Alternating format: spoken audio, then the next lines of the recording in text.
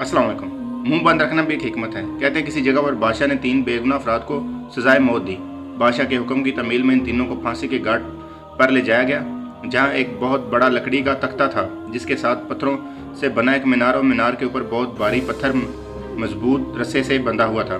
इस चरखे पर झूल रहा था। रस्से को एक तरफ से खींचकर जब छोड़ा जाता तो दूसरी तरफ से बंधा हुआ पत्थर जोर से नीचे आकर गिरता और नीचे आने वाली किसी भी चीज़ को कुचल कर रख देता। चनाचा इन तीनों को इस मौत के तख्ते के साथ खड़ा कर दिया गया। पहले को इस तख्ते ऐन पर पत्थर गिरने के मुकाम पर लटकाया गया और उसकी आखिरी ख्वाहिश पूछी गई तो कहने लगा, मेरा अल्लाह ताला पर पुख्ता यकीन है, वही मौत देगा और वही ज़िंदगी बख्शेगा, बस इसके सिवा कुछ नहीं कहना। इसके बाद रस्से को जैसे ही खोला गया तो पत्थर पूरी कुव्वत से नीचे आया और इस शख्स के सर के ऊपर आकर रुक गया। ये देखकर सब हैरान रह गए और पुख्ता यकीन की वजह से इसकी जान बच गई और रस्सा खींच लिया गया। इसके बाद दूसरे की बारी आई। इसको भी तख्ता दार पर लटकाया गया। जब इसकी आखिरी ख्वाहिश पूछी गई तो कहने लगा, मैं हक और सच का नुमाइंदा हूँ, जीत हमेशा इंसाफ की होती है, यहाँ भी इंसाफ होगा। इसके बाद रस्से को दोबारा खोला गया।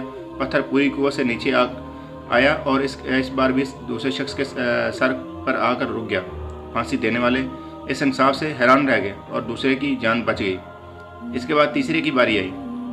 जब इसे तख्ता पर लटाया गया, लिटाकर आखिरी ख्वाहिश पूछी गई तो कहने लगा, पहले को ना ही अल्लाह पर यकीन ने बचाया और ना ही दूसरे को इसके हक और इंसाफ के नुमाइंदे होने की वजह से।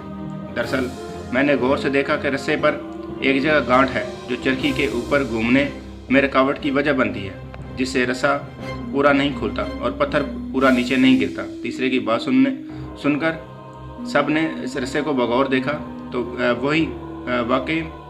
वहाँ वाकई गांठ थी।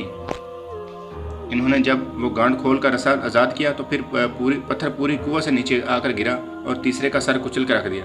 हकायत का नतीजा, बाज़ औक़ात सब कुछ जानते हुए भी मुंह बंद रखना हिकमत में शुमार होता है। अल्लाह आप सबको खुश रखे, दुआओं में याद रखिएगा। आपका दोस्त इमरान साकिर रंधावा। चैनल को शेयर और सब्सक्राइब कर दीजिए।